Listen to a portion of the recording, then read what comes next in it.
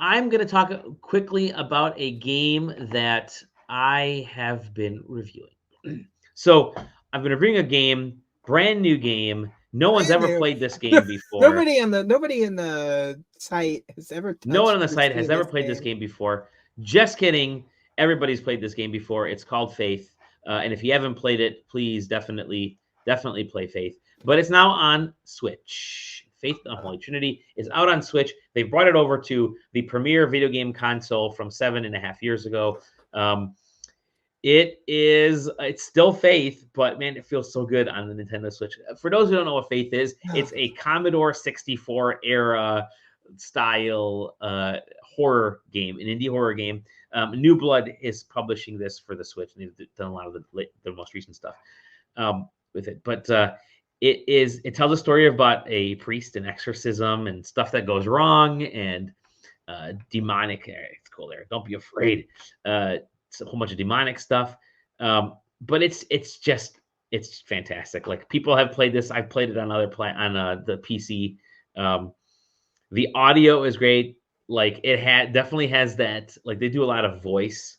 Yeah. Like a lot of voice in this, and like when you Yeah. die, it says Mortis. But the way it does it, Yeah. it does that sort of It's the that old 80s piece, yeah like computer the non-sound synthesized. card Yeah. synthesized using MIDI sounds to say Yeah.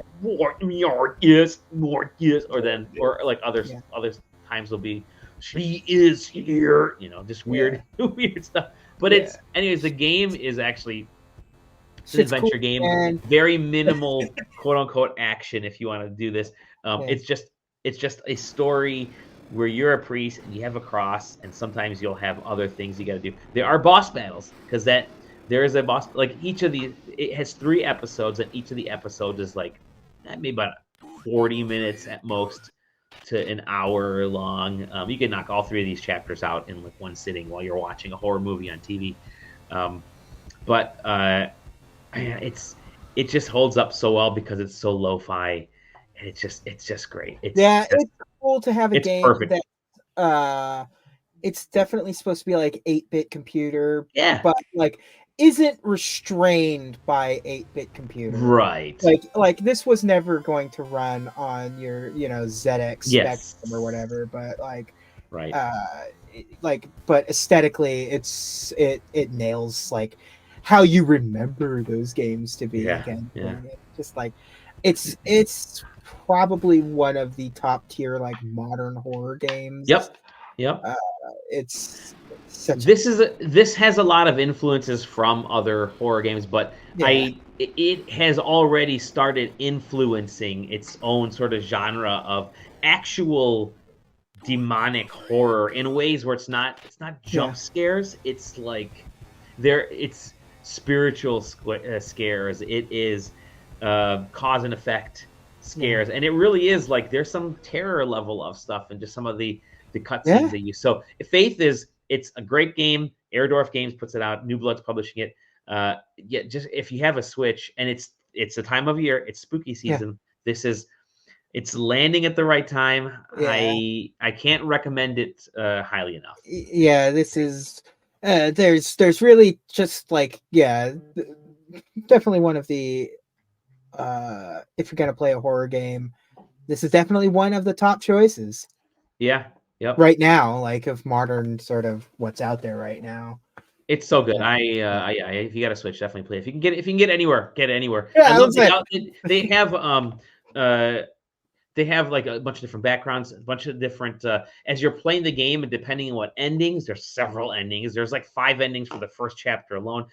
As you're playing these, you can unlock backgrounds, you can unlock other things. There's just a bunch of cool stuff. So pick it up. Be afraid, be very afraid, because there are moments when you're like, God, this actually is really tense.